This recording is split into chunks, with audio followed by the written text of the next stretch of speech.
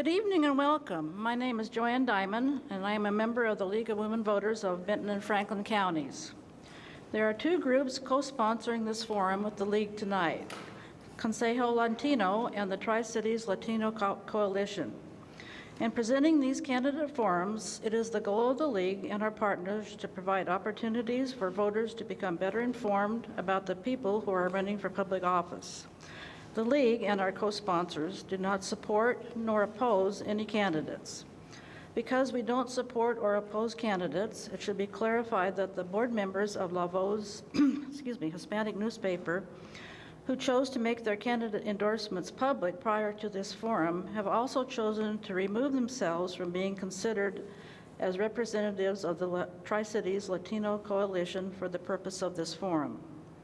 Tonight's forum is being live streamed on social media, specifically on the City of Richland's Facebook page, and it is being recorded to be replayed on Richland City View Television Channel 192. It will also be available for viewing on YouTube.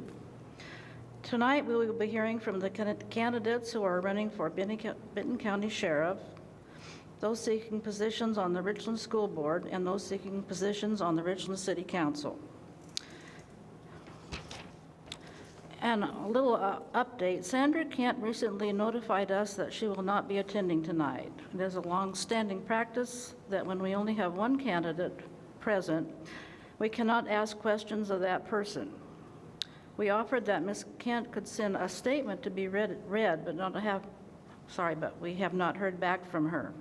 Unfortunately, Mr. Becker will not be able to answer questions, but will be given extra time.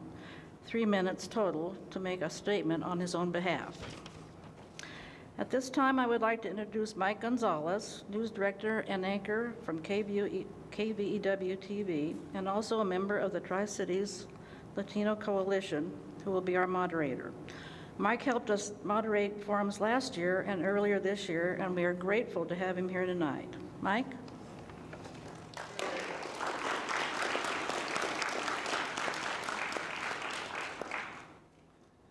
Thanks, Joanne. I appreciate that. Really appreciate the League having me back. Thanks to the League of Women Voters, Consejo Latino Coalition, and most importantly, you guys out there for being in attendance. My name is Mike Gonzalez. I'm the news director and evening anchor over at KView, the ABC affiliate. We also cover Yakima, so really appreciate if you guys would watch us. I mean, I think really from a depth standpoint, I think we're the news station that's really covering the issues, across the Mid-Columbia the closest. And, our ratings are growing, and I think that's evident by the feedback we get, the type of coverage we provide. So, our brand is real people, real stories, real news, and we really try to stick to that.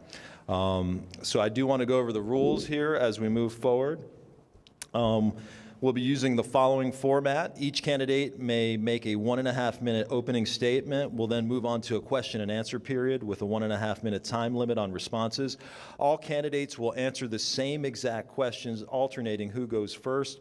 We have prepared questions, but we're also taking written questions from the audience. There's cards out there. If you want to submit a question, make sure you raise your hand. We've got volunteers that'll go around and give those to you. Try to write as legibly as you possibly can. Sometimes we get some differing legibility, and it's tough for me to read. So, and also, no questions of a personal nature and things like that. Keep it real professional. You guys all know the deal. Candidates, I'd point out our timer here in the front row. She's going to hold up a sign when you have 15 seconds left to speak. I don't know if are you our timer? There we go. There's the 15-second sign. And then she's going to hold up that stop sign, and you guys are familiar with this process. You can finish your thought, but, don't go too far because I'm going to have to stop you. I'm going to start by introducing our candidates running for the Benton County Sheriff's Office. To my right is Ken Lattin, and to my left is Jerry Hatcher. They are already seated here tonight. We're going to be addressing Mr. Lattin first, as we went in alphabetical order in the past previous forums in Kennewick and West Richland, where Mr. Hatcher was first. So, Mr. Lattin, your opening statement, please. Thank you, Mike. Can everybody hear me okay? If I move it closer? My name's Ken Lattin, and thank you so much to the sponsors tonight, and Mike Gonzalez with KView TV for moderating this event. So let me just start off by telling you a little bit about myself. So I am a lifelong resident here in the Tri-Cities. went to school right here at Carmichael Middle School, much different back then. I've got coming up on 29 years of law enforcement experience, most of that with the Kennewick Police. I have led and been involved in so many different pieces of the Kennewick Police Department. I'm proud to say that I've organized, I have led and managed some of the largest events in the Tri-Cities, from water follies to the River of Fire to the Benton Franklin Fair and Rotary. And that's working with multiple agencies, not just our law enforcement here in the Tri-Cities, but with our fire departments, with the Coast Guard, with all of the regional partners in that. And so I'm proud of the accomplishments that I've had and been able to work with the community. And I think really that's the key moving forward. The voters are going to have to make a choice. Ballots it's arrived in people's mailboxes beginning today, and we are different. I would like to lead and work with the community, not just work for the community. And I think looking forward that we can do that. We can make a difference. We can do better. And so I sure appreciate everybody's support. It's great to see everybody here tonight, so interested in the candidates, and look forward to the rest of the forum. Thank you. Thank you, Mr. Hatcher. Thank you. I'm Sheriff Jerry Hatcher. I'd like to thank the sponsors for having us here and all of you out here tonight. I started my law enforcement career in 1988. I've worked my entire law enforcement career for the Benton County Sheriff's Office, preparing to become your sheriff. I have been promoted to every rank within the Sheriff's Office, starting as a deputy sheriff, being promoted to corporal, sergeant, lieutenant, captain, undersheriff, and I'm your current sheriff. Each of these ranks have increased responsibilities and have given me the knowledge and experience I need to be an effective sheriff for the citizens of Benton County. I have a Bachelor of Science in Leadership Management. I have obtained my first level supervision certification, mid-management certification, and executive level certification from the Washington State Criminal Justice Training Commission. I'm a graduate of the Law Enforcement Command College, and I'm a graduate of the FBI National Academy in Quantico, Virginia. The Sheriff's Office is a model office within the state. We have built this excellent reputation with our citizens and our community by understanding the community's needs, values, and expectations of its law enforcement services. In addition to that, we have an excellent reputation with our local, state, and federal law enforcement partners. We have done this through open investigations with them, teamwork, and integrity. These are just a few of the reasons why I'm unanimously supported by all local chiefs and sheriffs in the Bi-County area, and I'm endorsed by all 38 elected sheriffs in the state of Washington. As your sheriff, my top priority is public safety and keeping our families safe. Thank you. All right, gentlemen, thank you both. We'll start with our question and answer period. Mr. Lattin, we'll start with you. Question number one, where do you stand on the issue of the legality of marijuana, given that our state law conflicts with federal law? That's been a huge change for law enforcement officers in this state, because many of us earlier in our career were out there part of that war on drugs, and that included marijuana.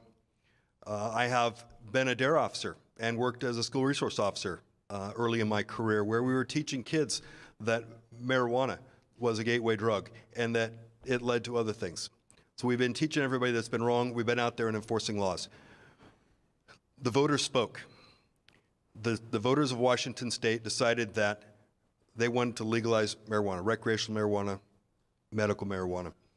And in most cases here within our communities, most of the precincts, most of the communities overwhelmingly voted no. And so I think the city councils have done the right thing by creating those moratoriums, those bans, because that's what the people want in their communities. And it's our job in law enforcement to respect those laws, to enforce those laws. And so I think moving forward, there may come a time when the voters decide they want something different. And I think, perhaps a referendum vote that would give the city councils a different direction on what to expect, what they should be doing, might be appropriate. But right now, in most of our communities, it is still banned. Thank you. Mr. Hatcher. Well, as sheriff, our job is to enforce the laws. And yes, the voters have spoken on this. The unfortunate part is I believe that the voters in the state of Washington, if you look, there's 39 counties in the state, and usually what ends up carrying the vote is 3 or 4 counties on the west side. We voted overwhelmingly not to approve it here. It was 65%. That being said, there's pot shops that are out there in the county. If you followed the news recently, you'll see that the Benton County has taken steps to prohibit any further shops from coming into the area. I am working with the public. I had a meeting on Monday with a bunch of concerned citizens. Obviously, it's harvest time. The smell, the odor is overwhelming. We're getting a tremendous amount of complaints coming in from the public. I met with the chief of the Liquor and Cannabis Board, and they're very concerned about the next initiative that will be written, and it's recreation marijuana, which means that every man and woman can have up to 4 to 6 marijuana plants in their house, and they're concerned what impacts that's going to have on law enforcement. So they're working with our legislators. We talked about having an exclusion clause in it, so that if the citizens of Benton County vote no, then we can actually step back and not have that go into effect under an initiative. So we're working closely with them, but until that happens, we're going to have to follow the law. Thank you. All right, thank you. We're going to move on to question number 2. This is from our audience. Mr. Hatcher, we'll start with you. Do we have an undocumented immigration problem in Benton County, and how do we curb undocumented immigration? I can't speak to the number of undocumented undocumented immigrants that we have in our county. I can tell you that the amount that come into the Benton County Jail is our only measuring device. You would have to go to the feds to understand exactly how many undocumented immigrants we have in this area. Like I said in the last forum, when we get somebody that breaks the law that comes into our system, we have an obligation to report that to ICE. And we have to ask for citizenship because we have to notify their consulate. Once we notify their consulate and send it off to ICE, they issue a detainer if they see fit. They look at their background and see if it's somebody that they want a hold put on. If the hold's put on, then we notify ICE in accordance with federal law, and they come and make the arrangements to pick them up. Thank you. Thank you very much. Mr. Lattin. So as Mr. Hatcher explained, our role with federal law enforcement is correct. I won't belabor that part. What is the role of local law enforcement? We become in a difficult place because the people who came here illegally are oftentimes victimized, and the last people that they want to call is law enforcement. And so they become victims of crimes, they are victims of fraud, and they got nowhere to turn. And so we do have a problem because we've got to balance that with, in our community, we depend on a migrant labor force because we're at such a heavily agricultural area. And so we've got to do our best to work with our legislators, work with our lawmakers, not just here in this state, but back in Washington, D.C., because we need to come up with some real solutions. Our community depends on that labor force, and at the same time, they're victimized. And law enforcement ends up being the last people they want to go to because they fear us. They fear they're going to be deported, and that's not our role. I can't tell you how many times I have worked with a victim, and they didn't want to tell me who they were. They didn't want to share anything because they were worried about being deported. That is not our role. Our role is to help people, regardless of anything else. And if a person is here illegally and they're a suspect in a crime, then we'll handle that accordingly. All right, thank you very much. We'll move on to question number 3. Mr. Lattin, we'll start with you. In your opinion, what are the pros and cons of safe injection sites, and are you in favor of them? Safe injection sites. So we've got a real opiate problem across the United States, and this area is not immune to it. We are seeing an increase in opiates that are coming up. They're originating in China, they're coming up through Mexico, and they're in our community. We have issued out to our officers at the Kennewick Police Department the Narcan, and all the officers have that now. They've been trained on it. If we suspect that a person is unconscious because of an opiate overdose, we can immediately administer that while we wait for advanced medical. We can get that going right now to counteract the effects of the opiate because it just shuts down their central nervous system. They stop breathing. And we have had overdoses of that already here in our community. And it's a sad situation. So this opiate situation, there are no clear solutions to that. But anything that the community comes forward with some solutions, some ideas, I think we need to embrace that. We need to look at that. How can we help keep people safe? Thank you, Mr. Hatcher. Well, with the opiate epidemic that we're facing, I think that we really need to work closely with the medical professionals to try to curb this, because I read an article just recently where they said Washington, west of the Mississippi, is probably the worst opiate state out there, and they said that there's enough opiates in Washington to give every man, woman, and child a 16-day supply. That means that we're over-prescribing. We too in the sheriff's office realize the epidemic that's out there and that we need to take life-saving steps. We've issued all of our officers Narcan as well so that we can actually hopefully intervene in these situations. We've used it numerous times in the jail when people have come in and actually saved some lives from that. So I think we need to work very closely with our community, with our legislators to try to change this, to work with our medical professionals to try to find a different way to relieve pain and the other symptoms that they're treating with these opiates. Thank you. Thank you. We'll move on to question number 4. Mr. Hatcher, we'll start with you. This from our audience. If elected, what type of relationship will you have with the unions under your command, especially during negotiations? Well, the county commissioners are looking at whether they're going to have open negotiations or not. We've had a long-standing working relationship with the Teamsters. We work very closely with them. We try to get our officers and our clerical staff and corrections officers the right type of contract with benefits. I was just recently endorsed by the Steelworkers Association. I have a very close working relationship with the unions. We try to be fair and open and honest with them, and we will continue to do that as we move forward. I can't tell you which way the commissioners are going to go, whether we're going to have open or closed negotiation sessions. That's going to be up to them. Thank you. All right, thank you very much. Mr. Lattin. So I was endorsed by the Tri-City Labor Council. Of course, I've been a union official for our officers and now for the Management Association at the County Police Department for the majority of my career. Unions have their role. Now we can look at different parts of the country and look at union organizations and say how much good are they doing us. For the officers, it does offer them a layer of protection where they can't just, when a new sheriff comes in or a new chief comes in, because I can tell you in other parts of the country where they are right-to-work states and there is a new elected official and those officers get fired and they bring in their friends. And that kind of situation is wrong. And so the labor unions do provide a layer of security for the officers to know they can just go out and do the right thing without fear of repercussions from the next political entity that takes over their agency. So moving forward, I believe that labor and management can have a good working relationship. I know that we've used that model at the Kennewick Police Department. We understand our roles. We understand that the labor, the officers out there, play a big role in economic development. And we want to encourage that, we want to foster that, we want to have good relations, because in the end, not only does the community benefit, but so does the government entity, and so do the officers. So we all live here, we all work here, and it should be a safe environment where everybody can enjoy, live, work, and play. All right, thank you. We'll move on to question number 5. Mr. Lattin, we'll start with you. This from our audience. What is your opinion of the effectiveness of incarceration for failure to pay legal financial obligations? Yeah, we shouldn't have debtor prisons here. And I think that has been corrected, and it's wrong because we don't help people get back on their feet. We have people that have served their time, and now it gets difficult for them to find housing, it gets difficult for them to find a job.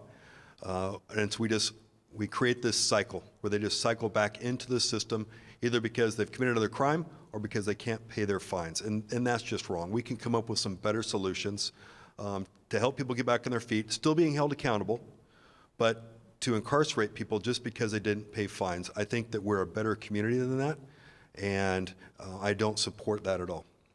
Thank you, Mr. Hatcher. Yes, the debtor's prison has gone away, has been corrected. There was an ACLU lawsuit with the county, with the actual courts and stuff, and they've rectified that problem. I will tell you that we've worked really hard for looking at incarceration and looking at alternatives.